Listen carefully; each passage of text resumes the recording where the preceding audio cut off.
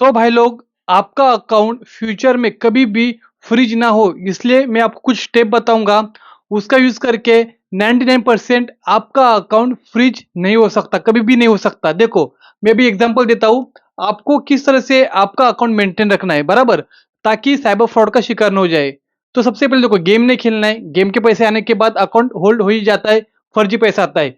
कौन सा भी क्रिप्टो करेंसी, जो भी ऑनलाइन बेटिंग गेम रहते, गैम्बलिंग गेम रहते, उसके अंदर पैसा इन्वेस्ट नहीं करना है और उनका पैसा लेना भी नहीं, बराबर।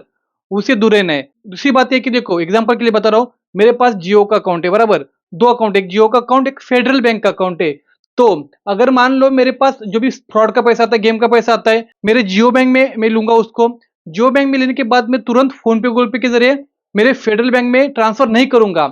ऐसे करने के बाद जब जियो बैंक के ऊपर साइबर क्राइम का केस हो जाएगा, तो ऑटोमेटिकली मेरा फेडरल बैंक भी बंद हो जाएगा। क्योंकि सेल्फ ट्रांसफर करने के बाद जिस बैंक के अंदर, जिस अकाउंट के अंदर, आपके अकाउंट के अंदर आप पैसा ट्रांसफर करते हो, वो अकाउंट भी फ्रीज हो जाएगा। तो ट्रिक क्या करना है, जियो पेमेंट बैंक के अंदर पेमेंट आने के बाद तो पैसा आपको एटीएम में जाकर विड्रॉ करना है। एटीएम से कैश निकालना है। कैश निकालने के बाद आपको आपके फेडरल बैंक में जाना है, ब्रांच में जाना है, और ब्रांच में पैसा स्लिप भर के पैसा जमा कर सकते हो। तो इससे क्या होता है कि जो वाया वाया गेम का पैसा आता है, जो चेन बन जाता है, वो टूट जाता है। जिस टाइम आप एटीएम से पैसा निकालोगे, उसके बाद उस पैसों का चेन टूट जाएगा। उसके बाद आपका बैंक अकाउंट सेफ रहेगा, फेडरल बैंक का, जियो का नहीं। जियो तो बंद हो सकता है, फेडरल बैंक का अकाउंट सेफ रहेगा।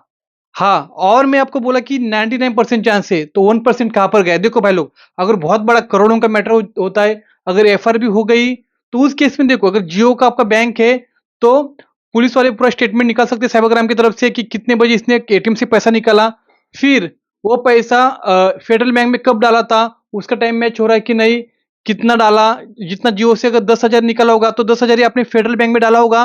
तो उस केस में साइबर क्राइम के पास अथॉरिटी रहता है कि आपका फेडरल बैंक भी बंद कर दे।